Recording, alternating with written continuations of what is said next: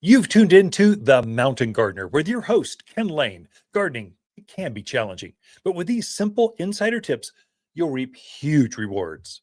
Now, let's tune into today's Mountain Gardener with Ken and Lisa. We are back with Lisa Waters Lane in the studio. She comes each week with your garden question. Just what are neighbors talking about? What's going on in other gardens? And we can learn things from that. And so we can see what plants are flowering, how they do it. So welcome to the studio, Lisa. Thank you. Yeah, Good good to to have be you here. back. It is. Thank you. Let me move the microphone up just a I hair know. for you. There you go. Trying to get it set. So perfect. I'm And just so so quiet. It never comes over. you're a quiet talker. You love to take on the noise level of whatever the room is. And I'm like a loud talker. No matter how loud the room is, I can still be heard across the room It's very with or true. without a microphone. So Mhm. it's not better or worse or either one. You need them. And that's why we attract each other. You're That's my why, huh? my fun to my shui. Feng shui. Yeah, Get it? I got it. Yeah, okay. Make sure. I know the audience got it. All right. So questions. Sure. What is happening out there in the gardens? Oh, lots of stuff. So our first question is from Alan in Prescott Valley. He has an older, mature Raywood ash. Half that tree seems to be dying out. So Okay. it's losing its leaves. The branches are getting brittle. Just kind of what could be causing that? Anything you can do? What do you think? Those are all precursors to death. You should be worried. So, but you're picking up on it because you're a gardener. You saw it and you kind of go, no, what's going on? So that half of the tree, the roots on that side is something's going on.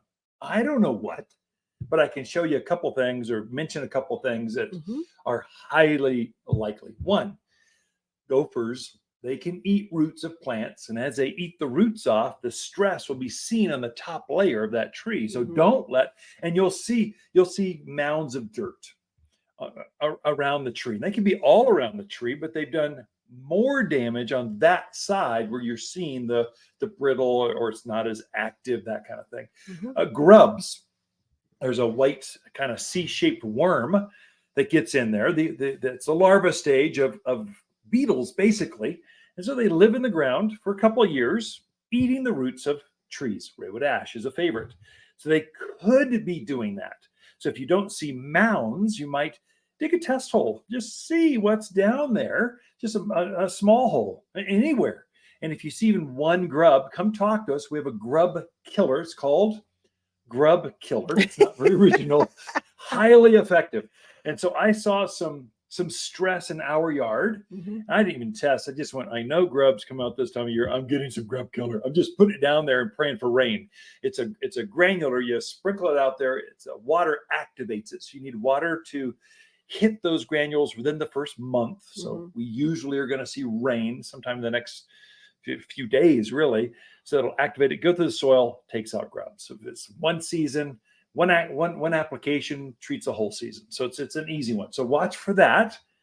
And then you get into the really weird stuff. So it could be watering. Just the water, when it was smaller, your irrigation did great. And as it has grown and the roots have grown out, now the roots are not as balanced with your irrigation cycle. Could be that. That's an easy tune-up. Just add a minute or two, or take a soaker hose, or just water it by hand some. For now, the tree is stressed. No matter what, you should fertilize that thing with two things. One, most important, humic, Humic. Humic is humic acid. It's a granular, it looks like coffee grounds, only it actually does a lot of good in the soil. So it invigorates the soil so that tree wants to root, kind of goes, oh, I want to root out here. This is pretty amazing. You've got damage up there because there's some stress on that side of the roots. There's not enough roots on that side of the tree to support the growth. And so you need to get it to reroot. And it may not have roots because of gophers, grubs, and other things. So that'll help it to reroot. And then fertilize it. Just get it some nutrients. And so a 744 all-purpose plant food. It's a natural granular food you sprinkle out there at the same time. Well, Ken, which one goes on? I was going to ask first, Alan. Like, what do you do first? It doesn't matter. Either one. Just put them down, activate it by water, and just make it all go. So that'll help you with two things. it'll help it to add some more foliage, grow some more roots, and it will increase that beautiful purple color that Raywood ash is so famous for, usually at the end of October through November.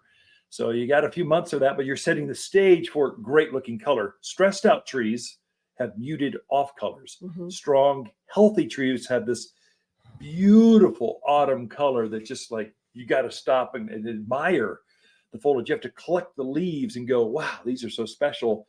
I can't believe creation can make this kind of color purple or dark, rich, deep red on a Raywood ash.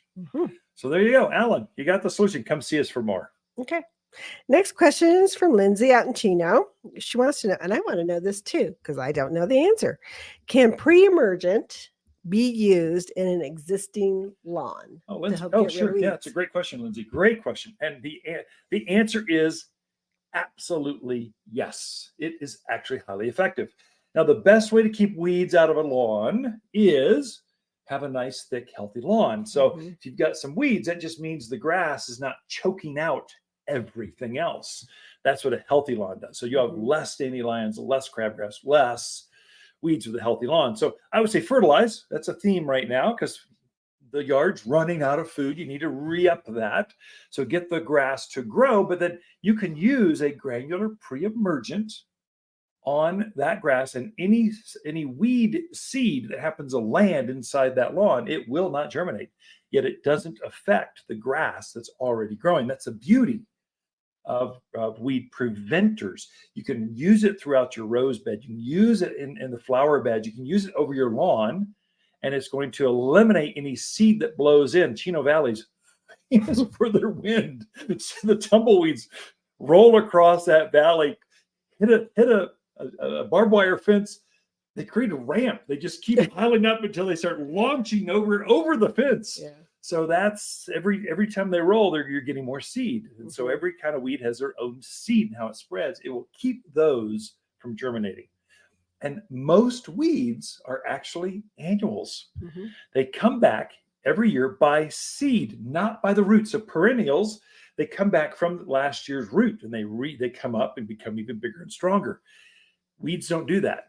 Weeds are typically an annual. That is, they're going to reseed themselves, and that's why they're so prolific, and that's why they love to get in this nice, rich, moist lawn area and germinate. So if there's any open spot in the lawn, you're going to have weeds show up. So just keep that from going on. So best to keep the lawn healthy, keeps the weeds out. You can use the pre-emergent, I would say, unless you're thinking about reseeding or overseeding. Yeah, but she's got an established lawn. Unless you're going to extend it or something. Yeah, it's going to keep all seed, including grass seed, from germinating. But I assume you've got a pretty healthy lawn, Lindsay. And so we're just trying to increase the vigor of the lawn that's there and then keep everything else out. Okay. Next question is from Dan in Prescott. He actually lives out Williamson Valley area. They need a big screen tree to block out the house that's building behind them. Want to know, and a lot of people ask this, what's better, Deodora Cedar, Arizona Cypress, or is there something else? Yeah, Dan, that's super easy. So I would say Williamson Valley, you can have either because you've got bigger properties typically. Depends on where you're at. But for bigger properties, Deodora Cedar works. So Deodora Cedar also is known in the Bible as the tree of Lebanon. These trees grew hundreds and hundreds of feet. They're like mini, like redwoods. And so they get ginormous. Now, we don't have any that are hundreds of years old here yet, but that's where they're going to go to. So it's too big for a smaller yard. You just don't want to do that. Arizona Cypress is the one that grows native out towards where you're at, Dan. So if I had to pick between the two, I would go with Arizona Cypress just because it's going to naturalize.